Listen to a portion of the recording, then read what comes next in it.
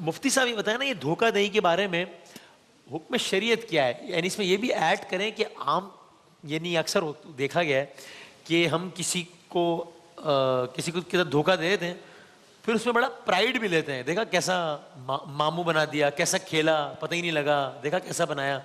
تو یعنی اس کو اون بھی کر رہے ہوتے ہیں اور پرائیڈ بھی لے رہے ہوتے ہیں کہ دیکھو یہ میں نے اتنی عقل مندی سے سارا گیم بنا دیا. تو کیا ہے شریعت کیا کہتی ہے اس بارے میں؟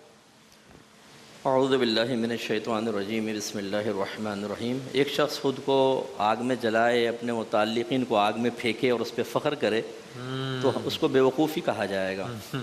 نبی کریم صلی اللہ علیہ وسلم نے فرمایا کہ من غش فلیس منا، جو دھوکہ دے وہ ہم میں سے نہیں.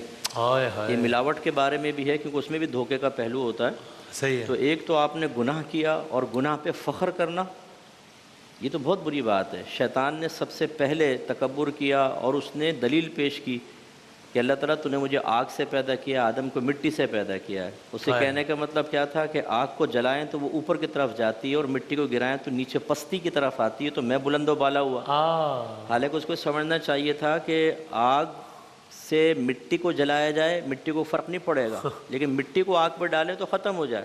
تو جب انسان خرابی کی طرف آتا ہے نا تو بعض اوقات فہم کی طاقت چلی جاتی ہے اور شیطان اس سے ایسا کھیل رہا ہوتا ہے جیسے کبھی آپ نے کٹھ پتلی دیکھی ہو، اسے چلا رہے ہوتے ہیں نا پپٹ کو، ایسے ہی وہ چل رہا ہوتا ہے اور وہ اپنے آپ کو سمجھدار سمجھ رہا ہوتا ہے. میدان معاشر میں یہی شخص ہوگا اور جس کو آج آپ نے بے وقوف اور جاہل سمجھا اور اس بیچارے کی سادہ لوہی سے فائدہ اٹھایا، وہ سامنے کھڑا ہوگا اور اللہ تعالیٰ کی بارگاہ سے پھر جب وہ آپ کی نیکیاں یا اپنے گناہ آپ کے نامعلوم میں ڈال رہا ہوگا تب پوچھیں گے بیٹا آپ چلاکی دکھاؤ ذرا.